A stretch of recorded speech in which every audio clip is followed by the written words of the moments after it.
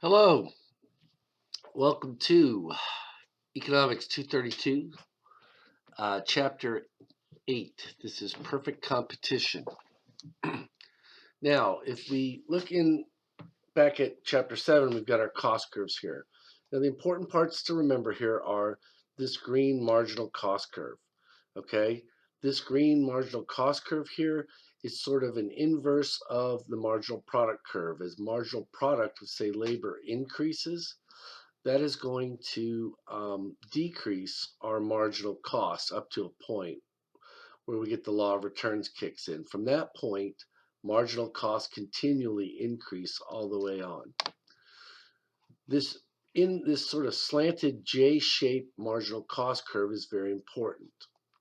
Where it crosses our average variable cost, and if you'll remember, variable costs are costs that alter with output. You can see we've got this U-shaped curve here in the purple. Where these two curves cross, that is the shutdown point. If we go straight across, a price here below P2 will result in this firm shutting down in the short run and the long run. They'll just shut their doors right now. And that's because the price, when it's below P2, is not enough to cover the variable cost. Therefore, the firm would have to pay all of its fixed costs plus some variable costs by staying open. If it were to just shut down, then all they'd have to pay are fixed costs. And the firms are profit maximizers in this model. In this case, they're minimizing a loss by just shutting down and not staying open. Now, if you look here, that marginal cost curve comes up and then it crosses this green average total cost curve. Average total costs are equal to average variable cost plus our average fixed cost. Now, where this marginal cost curve crosses the green average total cost curve, that is our break-even point. Any price above P1, this firm earns a profit. Any price below P1, this firm is suffering a loss. Right at P1, it's breaking even.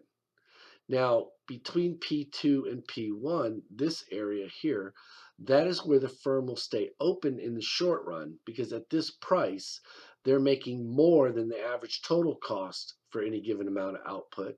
So they're covering all of their variable costs and they have some money left over to apply to fixed costs. As soon as the lease is up or those fixed costs become variable in the long run, this firm will shut down. So they'll stay open in the long run, open in the short run and shut down in the long run. Any point P1 or above, that firm is making at least a normal profit or a positive economic profit, because remember, a normal economic profit is zero economic profit.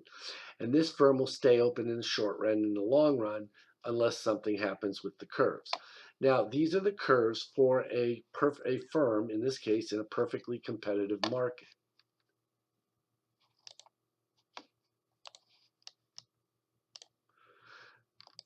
Now, in perfect competition, we have many small firms.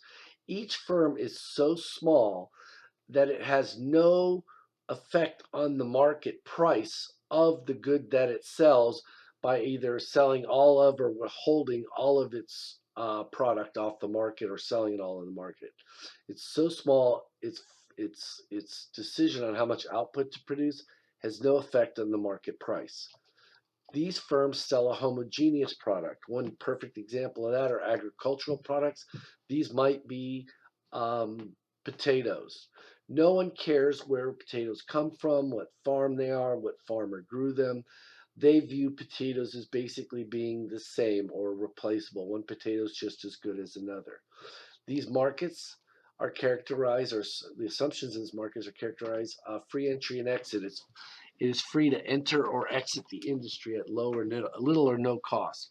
An example of this would be the potato industry. Let's say that profits are down in the potato industry and some potato farmers are making a loss. Some of those potato farmers, when they plow their farms up next year, instead of planting potatoes, could plant corn and leave the market for potatoes. Any firm that wanted to enter the market, the farmer could plow his field and plant potatoes instead of corn. And then the key thing is these firms are price takers. That means that they have no control over the price at which they sell their output.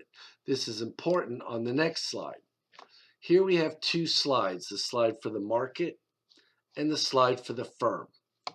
Supply and demand for the entire market determine what price all of the firm's potatoes sell at.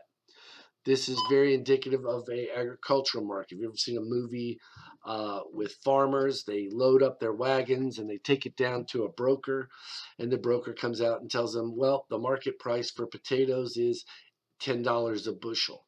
You can sell as little or all of your potatoes at that $10 per bushel price. Okay, you can't hold out and say, hey, give me more, or no one would certainly sell them for less, so they'll sell them at that market price. That results in a horizontal demand curve. Now, with this demand curve, demand is equal to the price, that $10 per bushel market price that the firm receives or takes. So demand is equal to price, which is equal to marginal revenue, which is equal to average revenue. That is very important to remember. The demand curve is equal to the price that the firms have to take from the market. That price is equal to the marginal revenue. That's the revenue being added or subtracted by adding or not, by selling or not selling a unit on the market. That is the same. That is $10 per bushel, and that is the same as the average revenue. Okay, and that's very important.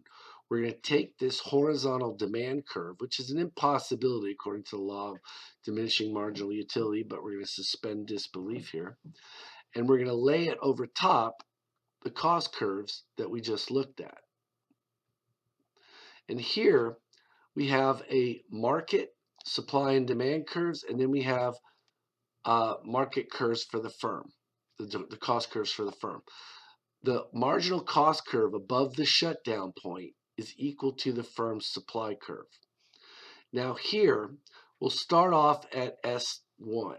So we have a supply of potatoes here, and where supply, and ignore the red curve, where supply and demand intersect, the price of potatoes is P1. That becomes the demand curve for firms in the potato industry. We assume that they all possess sort of the same cost curves. Now, the demand curve is also equal to the price, P1, and P1 is equal to the marginal revenue. So this might be $8 per bushel. The market price, where S1 intersected the demand curve, determined the market price of $8 a bushel. That's also marginal revenue. Each additional unit of potatoes that I sell will add $8 to marginal revenue. Now, where that marginal revenue curve crosses the marginal cost curve, where marginal revenue equals marginal cost, that is the profit maximizing output for this firm. And that determines how much output the firm will produce down here at Q1. So this firm is producing at Q1 and selling those potatoes at a price of P1. P1 times Q1, say $8 a bushel, times 100 bushels of potatoes would be equal to the firm's revenue. So this firm would be making $800 a month in revenue. Now, if we were to trace that curve up to the average total cost curve, on average, this firm is producing a bushel of potatoes at $8 a bushel. 11. So we're selling them at 8, but we're on average it's costing us 11. So this firm, if we took that average revenue of $11 a bushel and multiplied it by 100 bushels, this firm would have spent $1,100 to produce those potatoes, but then only sold them on the market for $800. The area of this colored rectangle here would be a loss for the firm. Now, if firms in a perfectly competitive industry are losing money, say growing potatoes, next year when they plow up their fields, some of the farmers are not going to plant potatoes. They're going to plant wheat. So that will reduce the supply of potatoes, shifting the curve to the left from S1 to S2. So now we're on this supply curve. S1 is gone. Where S2 intersects demand, that gives us a new market price of P2. And we'll call this $10 a bushel.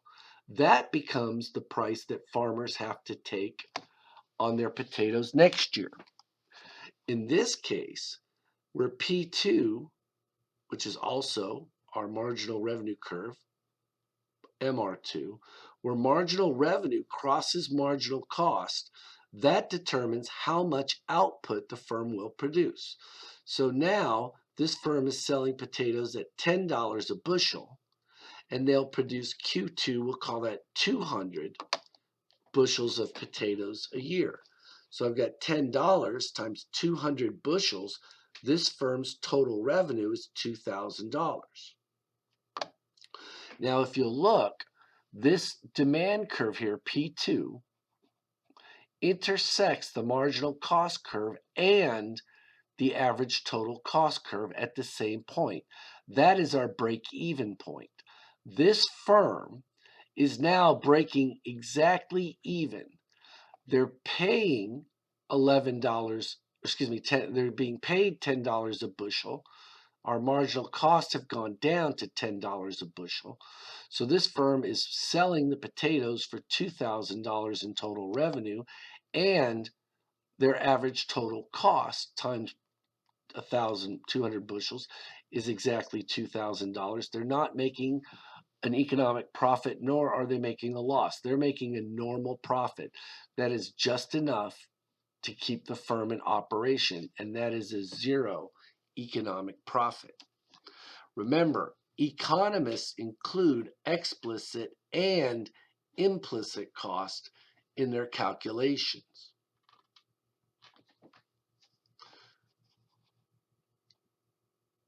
Now, that is where we get what we call a long-run equilibrium. In the long run, the perfectly competitive firm will operate at the lowest point on their short run and long run average total cost curve. That will result in these firms in the long run, one, making a zero economic profit or a normal profit. All firms in the industry will make a zero economic profit. Number two, firms will produce these goods at the lowest possible average total cost curve. These goods will sell at the lowest possible market price. And more output will always be produced under perfect competition than any other market structure when we get into Chapter 9, where we talk about monopoly, or Chapter 10, where we talk about imperfect competition or oligopoly. Okay, thank you very much. This is a short video. I'm doing my best to keep them short. Have a great day. Goodbye.